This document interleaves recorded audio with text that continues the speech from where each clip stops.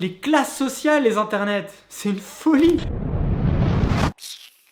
Salut les internets, j'espère que tu vas bien. Avant toute chose, j'ai sorti mon plus beau legging pour te remercier de tous ces messages d'encouragement et tous tes retours trop sympas. Ça fait vraiment plaisir, merci les internets, t'es vraiment trop cool. Si t'as déjà oublié ou si tu viens de débarquer, sache que toi et moi, on va reprendre un peu le contrôle sur notre vie, on va tâcher d'améliorer concrètement notre quotidien, parce qu'on a juste marre de vivre cette vie absurde. Et pour ça, on va utiliser l'intelligence collective et quelques vidéos. Et j'espère que t'es chaud parce que moi, je suis bouillant. Au sens figuré, bien sûr.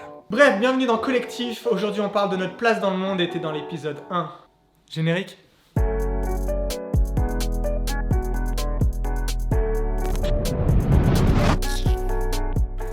Ok les internets, la dernière fois on a vu ensemble l'intérêt et la puissance de l'intelligence collective. Si t'as déjà oublié, t'inquiète pas, voilà le résumé en 12 secondes. Ok, s'il existe un même et unique monde concret qu'on partage tous et qu'on appellera réalité, alors on a accès chacun qu'à un fragment de celui-ci. Mettre en commun nos observations nous permet d'avoir accès à un degré de compréhension supérieur à celui qu'on pourrait avoir chacun, celui du collectif. Et pour ça on va utiliser le langage, c'est-à-dire toutes les formes d'expression de nos pensées, la parole, l'écrit, l'art par exemple. Ok, et maintenant qu'on arrive à échanger, il va falloir essayer de comprendre les différents liens qui existent entre ces informations, essayer d'en dégager du sens et créer des logiques dans lesquelles on va pouvoir vivre ensemble. Et pour ça, je crois qu'il est important qu'on comprenne notre place dans le monde et l'impact qu'on peut avoir sur les autres. Aujourd'hui, on est plus de 7 milliards d'individus à partager ce même et unique monde concret. Enfin, s'il existe. Individu, ça vient de indivisible. Et j'espère que la crise sanitaire actuelle rend ça bien clair pour tout le monde. Et c'est peut-être un des enseignements fondamentaux de cette période, notre chance de pouvoir réaliser ça.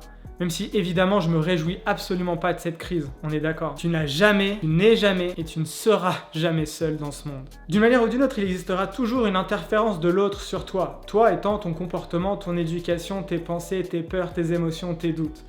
Et toi, t'exerceras toujours une influence sur l'autre. Et même si tu as l'impression que cette interférence est que de très faible intensité, il y a des grandes chances pour que tu te trompes. Je m'explique. Prends Steve Jobs par exemple. On est tous d'accord pour dire qu'il a eu un impact non négligeable sur le monde. Ok, mais qui a créé Steve Jobs? Est-ce que si Steve Jobs n'avait pas eu son enfance, ses parents, ses amis, ses professeurs, ses relations amoureuses, ses déceptions amoureuses, s'il n'avait pas vécu toutes ses expériences, lu tous ses livres, vu toutes ses œuvres, si t'enlèves une de ses rencontres, un de ses livres, est-ce que ça serait devenu Steve Jobs?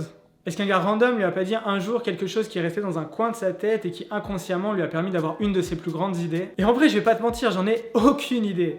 Mais quand je regarde mon expérience, je sais que je pourrais te citer au moins une centaine de personnes qui ont interféré non négligablement dans ma vie. Et je suis sûr qu'il n'y en a même pas 20 qui s'en rendent compte vraiment aujourd'hui. Et combien de personnes ont influencé ces personnes? Et ça paraît évident que nos interactions interfèrent. Mais quand j'entends des expressions comme « de toute façon dans la vie t'es seul et tu seras toujours seul », non mais laisse tomber, on ne changera pas les autres. Non mais moi je suis comme ça, c'est tout, c'est ma nature. Moi, je suis un self-made man. Je me suis fait tout seul. Ouais, je me dis qu'on a encore pas mal de chemin à faire. Et pour moi, c'est très important qu'on réalise et qu'on assume ce rôle. Ou du moins qu'on l'envisage. Parce que tu le veuilles ou non, on est tous dans la même aventure. Et on aura forcément un impact sur l'expérience que l'autre aura de la vie. Et c'est pas parce que tu le vois pas que ça n'existe pas. Mais du coup, pourquoi on accorde autant de place au mérite dans notre société aujourd'hui? Tu vois pas le rapport? Viens, on fait un schéma. Ok, si on imagine 30 Steve Jobs, ça veut dire 30 personnes qui ont eu un impact visible sur le monde. Et qu'on considère que ces 30 personnes se sont construites grâce à leurs rencontres. Elles-mêmes s'étant construites grâce à leurs rencontres, qui se sont construites grâce à leurs rencontres. Tiens, ça commence à ressembler à un système neuronal, ça. Et dans ce genre de système, ce qui est important, c'est pas l'apport individuel de chaque neurone, parce que c'est impossible à calculer. Ce qui va compter, c'est comment le réseau fonctionne, le nombre de liens, la diversité des liens, le nombre d'échanges, le rôle complémentaire de chaque neurone. Et a priori, c'est comme ça que fonctionnent nos 3 cerveaux et toutes les intelligences computationnelles qu'on est en train de créer aujourd'hui. Et aujourd'hui, j'ai l'impression qu'on voit plutôt notre monde comme ça. Mais on se trompe peut-être, non? Et je t'avoue, pour moi, cette notion assez centrale du mérite dans notre société me surprend beaucoup. Et m'inquiète un peu. Et j'ai un peu l'impression qu'on est en train de créer une nouvelle forme de racisme, sauf qu'avant on utilisait des mensonges génétiques et des vérités complètement pas fondées pour établir une sorte de hiérarchie entre des supposées races. Et si j'utilise mes doigts comme ça me montre à quel point c'est important. Et je déteste utiliser ça. Sauf qu'aujourd'hui on utilise des mensonges génétiques et des vérités complètement pas fondées pour établir des hiérarchies entre des classes sociales. Oh putain. Parce que ouais, les internets, il y a quand même des millions de gens qui sont battus pour faire comprendre au reste du monde que cette idée de racisme c'était abject et faux. Mais si c'est pour réinventer des distinctions complètement imaginaires, on est un peu débile, non? Les classes sociales, les internets, c'est une folie! Comment avec toute notre histoire on peut continuer à reproduire sans cesse les mêmes erreurs? Il est temps de comprendre qu'on n'est rien les uns sans les autres, et que tu mérites pas d'avoir une vie meilleure. Parce que ouais, même si t'as travaillé comme un fou, que t'as un cerveau qui percute mieux, que t'es hyper beau gosse et que tu chantes formidablement, en vrai, t'y es pourquoi, toi? Pourquoi tu mérites plus? Et si tu penses que tu mérites plus parce que tu as travaillé plus pendant que les autres ils foutent rien à côté, bah comment tu sais ? Sur quoi tu te bases ? Et même si c'était vrai, par quel miracle toi t'as cette volonté que les autres n'ont pas ? Qu'est-ce qui dans ta vie t'a donné cette force et cette lucidité ? Ça me gratte l'oreille du coup. Et qu'on soit bien d'accord, j'ai absolument pas la réponse, j'en sais absolument rien. Mais quand je regarde dans ma vie, j'ai l'impression que ce qui compte beaucoup, c'est l'éducation que j'ai reçue. L'éducation au sens large, toutes les rencontres que j'ai pu faire, toutes les expériences que j'ai pu vivre. Et ça, c'est pas moi qui l'ai choisi. Et même si on imagine que c'est tes qualités intrinsèques de pouvoir faire des choix, d'arriver à avoir le bon feeling, de faire les bonnes rencontres qui vont te donner une bonne éducation qui va te permettre de travailler bien, de réussir ensuite. Comment t'as fait ? Pourquoi, toi, tu as cette qualité magique ? Et au-delà de pourquoi toi, c'est surtout quel rôle t'as joué pour mériter d'avoir cette chance. Et tu vois, là déjà, on est en train de parler de chance. Parce que ouais, c'est déjà une chance d'avoir des qualités que d'autres n'ont pas. Et toi, là-dedans, t'as joué quel rôle pour obtenir cette chance ? Et de ce que j'observe, il y a énormément de choses qui sont explicables uniquement par la chance et le hasard. La chance d'être né au bon endroit, de faire les bonnes rencontres au bon moment, d'avoir certains avantages génétiques, je ne sais pas, ou de pas avoir eu cette chance, justement. Et si c'est de la chance, bah, c'est quand même aberrant de penser que tu puisses le mériter, non ? Et je t'entends déjà me dire, ouais, mais la chance, ça se travaille, ça se provoque. Ah ouais. Et du coup, par quel miracle, encore une fois, t'as cette lucidité de comprendre les mécanismes de la chance ? Cette capacité à provoquer la chance ? Nah. Et franchement, hein, si t'arrives à trouver une seule bonne raison dont toi seul est responsable, eh ben franchement, partage, hein, parce que tu viens de résoudre un des plus grands mystères de l'humanité. Et honnêtement, la seule réponse que je peux te donner aujourd'hui pour expliquer vraiment la réussite, c'est absolument pas le mérite.